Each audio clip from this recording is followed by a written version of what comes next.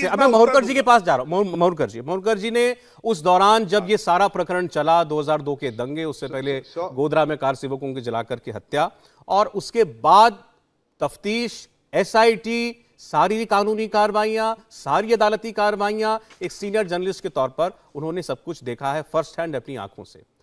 माहूरकर साहब, ये जो जजमेंट आई है इसने 2-3 चीजों को पॉइंट आउट किया है। एक तो यह कि 16 वर्ष तक एक ऐसा कैंपेन चलाया गया, एक ऐसे मुद्दे को उबलता हुआ रखा गया जिसमें कोई तथ्य नहीं थे, बल्कि फैब्रिकेटेड फैक्ट्स डाले गए थे, और ऐसे लोगों के खिलाफ कार्रवाई होनी चाहिए। दूसरा, उसमें सीधा सीधा यह कहा गया कि ऐसे लोगों के बयानों को आधार बनाकर यह सारा का सारा, जिसको वो कहते हैं ताश के पत्तों का महल, खड़ा किया गया था, जो डिसग्रंटल्ड अफसर थे या जिनकी इंटीग्रिटी पर शक होता है। आपने उस वक्त जो देखा था, क्या एक विशियस कैंपेन था नरेंद्र मोदी के खिलाफ? देखिए, 2010 में एक रिपोर्ट मैंने की थी, मैं तथ्यों के आधार पर बात करूंगा। 2010 में मैंने एक इंडिया टुडे एक मैंने इन्वेस्टिगेशन रिपोर्ट की थी, जो बहुत कुछ मायने रखती है, जो जजमेंट आया उससे। देखिए, 3-4 चीजें थी इसमें। एक कौसर बानू नाम की एक महिला थी, जिसकी दुर्भाग्यपूर्ण रूप से मौत हुई थी नरोड़ा पाटिया वाले केस में जल के। उसके लिए कहा गया कि भाई उसका जो वो प्रेग्नेंट थी, गर्भवती थी, उसका पेट चीर के उसके फीटस को तलवार से बाहर निकाल के उसको फेंक दिया गया।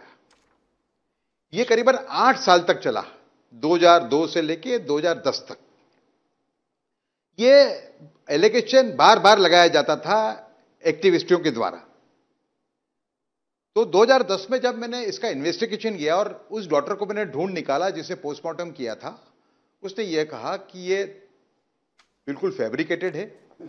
वो महिला की मौत हुई थी, जलने से हुई थी, उसका जो फीटस था वो इंटैक्ट था।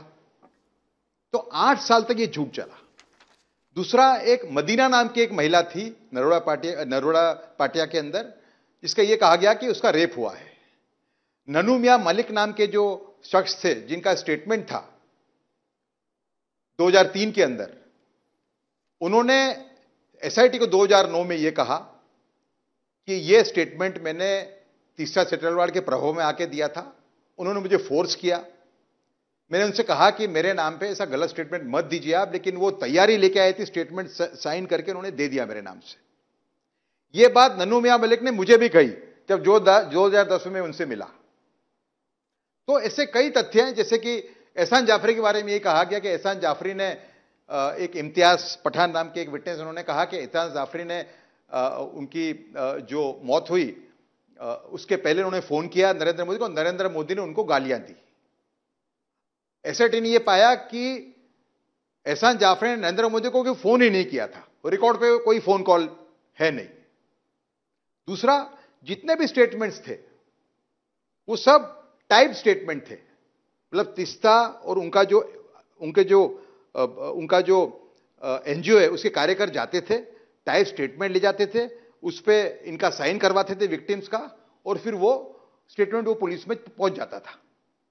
तो इससे स्पष्ट होता है कि एक बहुत बड़ी कॉन्स्पिरेसी थी। रहा सवाल, देखिए ये एक बार सर यही मैं आपको रोकूं। आप कह रहे हैं कि इस एसआईटी ने यह पाया है कि तीस्ता सेतलवाड़ ने एक और चीज झूठे मुकदमे दर्ज कराए।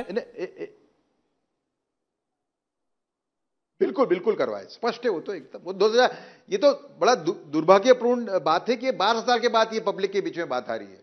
ये जो 2010 में क्लियर हो गई थी, आप समझे? नहीं, मैं एक और चीज कहना चाहूंगा।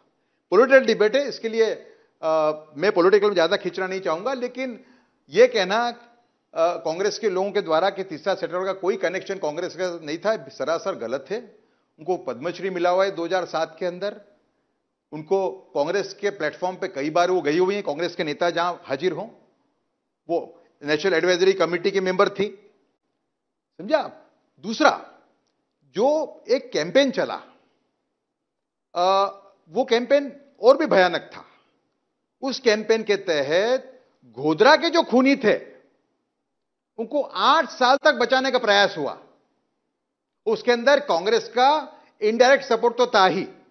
2006 के अंदर जो यूसी बैनर्जी कमेटी बिठाई गई लालू प्रसाद यादव के द्वारा, उस टाइम पे लालू प्रसाद यादव रेलवे मिनिस्टर थे, और यूपीए गवर्नमेंट के पार्टनर थे। उन्होंने ये कमेटी बिठाई थी उन खूनियों को बचाने के लिए, यह तय करने के लिए यूसी बनर्जी सेफ्टी कमिश्नर थे जी। उनको यह कहा गया कि क्या ये एक्सीडेंट तो नहीं था।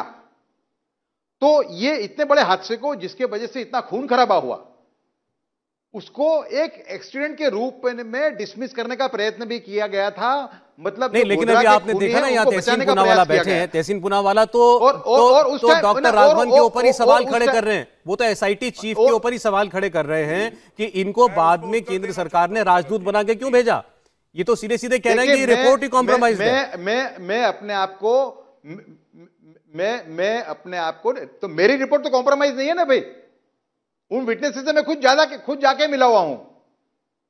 डॉक्टर कनोरिया जिसने कौसर बानू का पोस्टमार्टम किया था, उससे मैं खुद मिला हुआ हूं।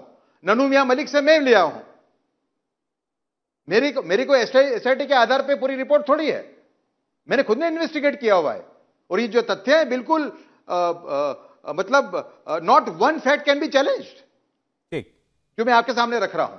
इंडिया टीवी हर वक्त हर जगह डाउनलोड करने के लिए सर्च करें India TV news Google play store या ऐप स्टोर पर।